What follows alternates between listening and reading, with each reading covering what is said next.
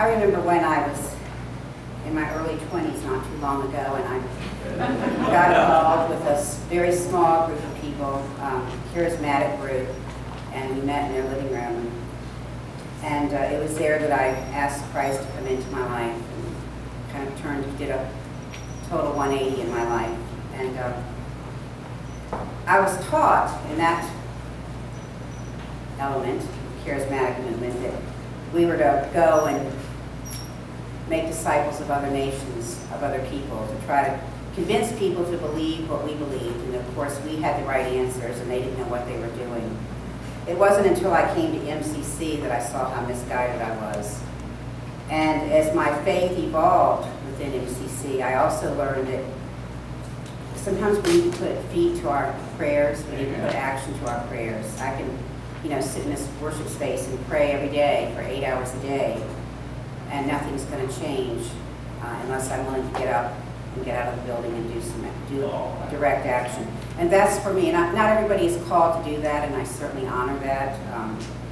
So I want to talk a little bit about our trip to El Paso, which I'm sure Gwen and Andy can fill you in too. Gwen kept saying she was going to do a sermon because Andy and I were cutting up the whole way down there and laughing at each other and being our usual unruly selves. So anyway, we went to El Paso for what they call Moral Monday, and it's done by William Barber, Reverend Dr. William Barber, who was said to be the next Martin Luther King. And basically our demands were we want an end to child detention. We demand that all refugees seeking asylum be granted the due process to do so. We demand a determination of the remain in Mexico, which is putting immigrants at high risk for kidnapping, theft, and abuse. We demanded an end to family separation, and we demanded an end to stop the criminalization of immigrants and refugees. So we gathered outside the El Paso Processing Center, which was the detention center. I don't know if we have any pictures of that. And where a group of inmates are currently on a hunger strike in protest of the dangerous and unsanitary conditions of the facility. They're drinking water out of toilets. We demanded that the U.S. Congress pay attention to the crisis at the border and hold congressional hearings to listen to the testimonies of families that are suffering from these inhumane policies and take swift action to stop this abuse. Of course, as soon as we got there, can you find that one that says high alert or elevated alert? As soon as we showed up, they elevated the alert. Just a bunch of clergy people milling about, and we were all extremely peaceful. Nobody had any desire to do anything, even though they spent a lot of time orientating us about who was going to get arrested and who wasn't. They said we had to have $150, so the three of us said right off the bat, well, I can't be arrested because I don't have $150 on me, and I certainly can't get $150, and I don't particularly want to stay in El Paso for a couple of days because I got so much to do. And Gwen and Andy, we all decided we weren't going to be arrested. So then Dr. Barber gets out there, and the ones that were going to get arrested had yellow bands and the others had green. He goes, everybody take your bands off. We're all going to be just all one people today. So whoever organized that, I'm sure they probably. So there they elevated the threat to, level, and they wouldn't let the employees in at noon, and not because we were blocking the sidewalks or anything, but I guess they were afraid. So I want to show you, this is a video of children reading testimonies given by young migrants that are detained in the border facilities now.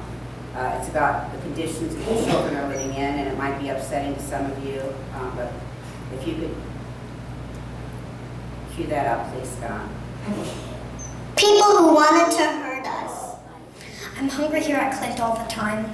I'm so hungry that I've woken up in the middle of the night with hunger. I'm too scared to ask the officials for any more food.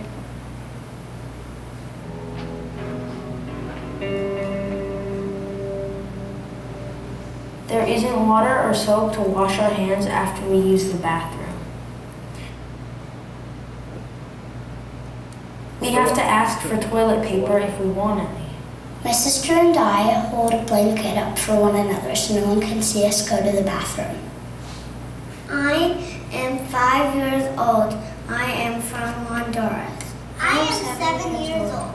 I am from El Salvador.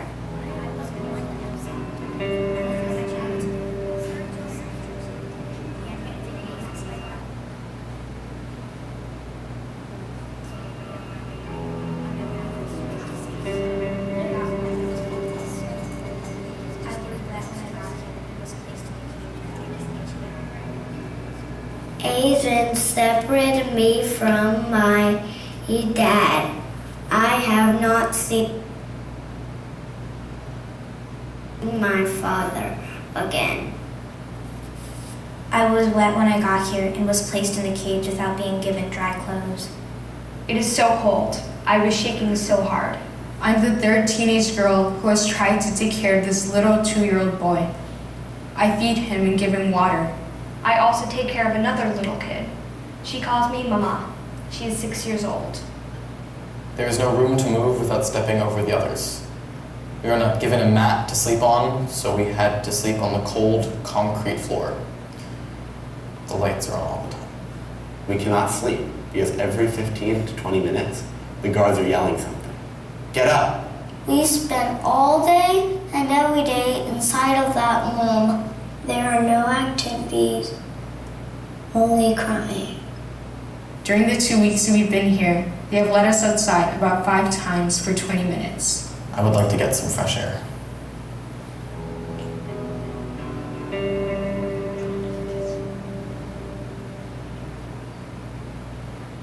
I've been here without bathing for 21 days. Once, I needed clean clothes for my baby because she threw up. But when I asked for them, I was told they didn't have any available. She is still in the same dirty clothes. I have not asked for anything since then. About 3 days ago, I got a fever. They moved me to a flu cell. There is no one to take care of you there. They just give you pills twice a day. My skin is itchy and red, and my nose is stuffed up. It's so ugly to be locked up all the time.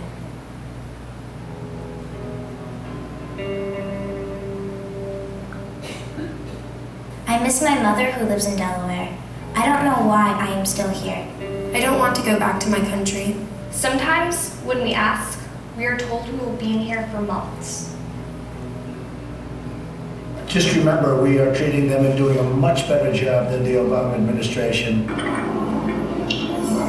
We're not forcing aliens to drink out of the toilet. You're never going to have a Hyatt at the border. It's never going to be great. That's never with the intention.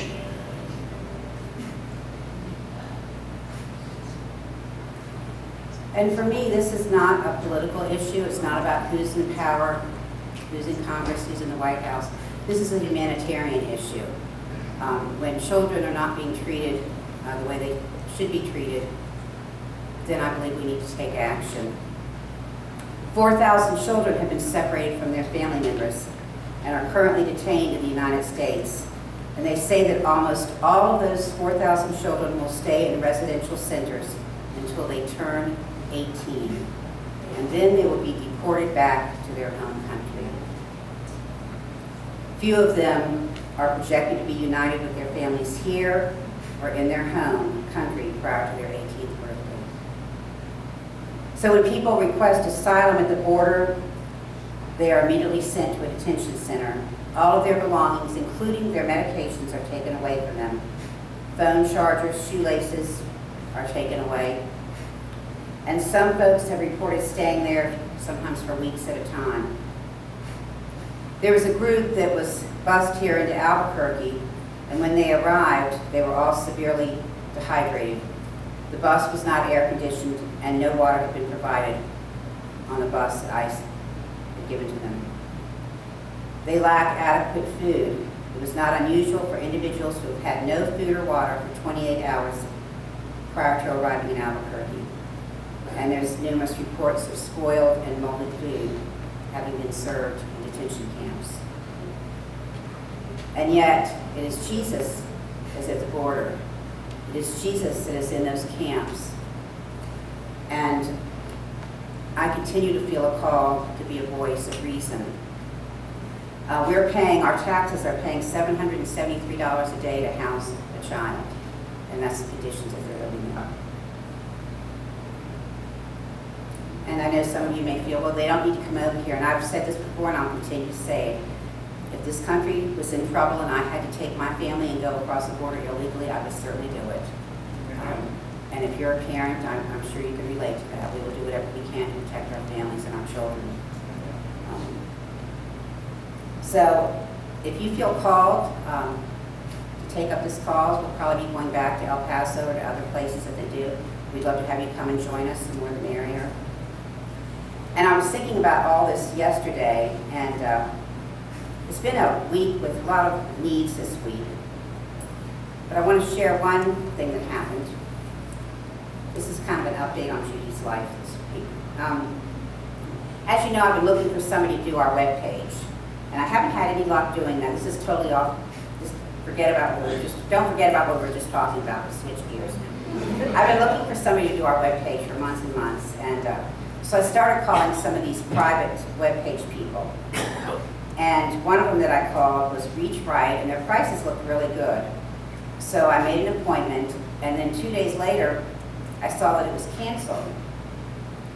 And so I sent him an email, and I said, you know, Ian, I thought we were going to have a phone conversation about our webpage. And this is his email back to me. Hi, Judith. I apologize. I believe we realized you guys are a Metropolitan community church. As a team of Christian ministers here, we do not believe we would be the best fit to serve you guys. Oh my God. You may be able to find another church web company that does. Oh. Good luck. For the King, Ian. So I took a deep breath and sat for a few minutes, and here's my reply. Ian, thank you for your honesty. It is my hope and prayer that one day we will all be recognized at the table of God. God bless you and your company. You do good work. Blessings, Reverend Judith name. So hopefully, maybe I nudged him a little bit to maybe think that we aren't so bad after all. Maybe Jesus will give him a call. He probably wouldn't do his webpage either.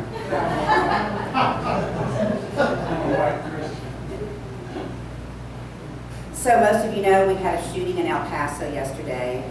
As far as we know, everybody that's connected with the MCC there, everybody's safe and fine. They have a new pastor, Brian Sieve, and I've been talking with him about what's been going on down there. And he said everybody's pretty shook up. And then I woke up this morning and found out there was another one in Dayton. Dayton, Ohio. A couple years ago, there was a product out on the market called ephedra. Anybody familiar with ephedra? It makes you go fast. It's like a shot of coffee or a latte or something. Well, and teenagers were taking ephedra and then going and working out or doing sports, and several of them OD'd and died, which was tragic. So the government has now outlawed ephedra. You can no longer buy it. I don't understand, and if you can help me understand this, please do, why our government can't do something about gun control. If they can do something about ephedra that took a couple lives, why can't they do something about the guns that are out on the street? Yeah, all right, that's right. It's a good source of income for them. The NRA is making them not. Yes. Money is too many people's gods in our country. We have a rise of domestic terrorism. We're so afraid of terrorism from other countries. We have it more so, I think, within. And somebody once preached at a revival I was at. They said, our danger here in this country now is not outside of us, it's within us. And I truly believe that. The rise of racism and white nationalism is frightening. The young white men that seem to be so hell-bent on harming others because they are scared or afraid or angry. I guess the one in El Paso thought there was too many immigrants there and he wanted them all to go back to Mexico. So I believe that we as a church are called to put our prayers to action. And so I would like each of you to maybe covenant to be in prayer about this. There's a lot of needs, and Andy and I would always like to talk about what we can do to make a little bit of a difference in our communities. There's child hunger, there's the border issue, there's the border camps that we could go to, but I would like you all to be praying about what you maybe feel called to do to take action, even if it's writing a letter. You know, some people write letters every day to somebody, a congressperson or somebody, to let them know that they're disgruntled with things and to try to get changes made. I'm not asking you all to come and stand in front of the White House and get arrested or anything, unless you want to get arrested. It's not too bad. I've been arrested before, and it's not too bad. Kind of hot, and I didn't like it, but we don't have any privacy at all. and the food's terrible. But I was only there for a couple days, thank goodness. Reverend William Barber, he's been arrested, he said 14 times, and I think he was very proud of that. Bless his heart. So I'd like y'all to be thinking about what is some direct action that we may feel called to as a congregation, as a faith community. And I'll be doing a survey, hopefully the latter part of this month, the 1st of September, I'll send out a survey to people. If you're not on the email list, I can give it to you. We'll give you a hand in here you can fill out. But what are some things that maybe we feel called to address? For me, I just don't believe we're all called to come here every Sunday and sit and sing and be happy with each other and be happy with God and then go about our lives and not make a difference. When we leave this place, that's when church begins. That's when church happens, as we go and minister to people outside of these walls. And I always say to people, I don't have to tell people. I don't want to tell people that I believe in Christ or that I'm a Christian or a person of the way. I want people to see that and experience that through my life and through my words and through my actions. So that is my challenge to you on this first Sunday in August, as we're reeling again from 2 more terrorist shootings and from the conditions at the border and so many other needs that we have. But I still believe God is still on God's throne, as we like to say. God is still in control of many things. But God also needs us to be the hands and feet of Jesus in our world. It can't just be us sitting here piously praying and not doing any direct action. So pray about that. Thank you all for being a part of this faith community. If you know, do all the children speak English that well?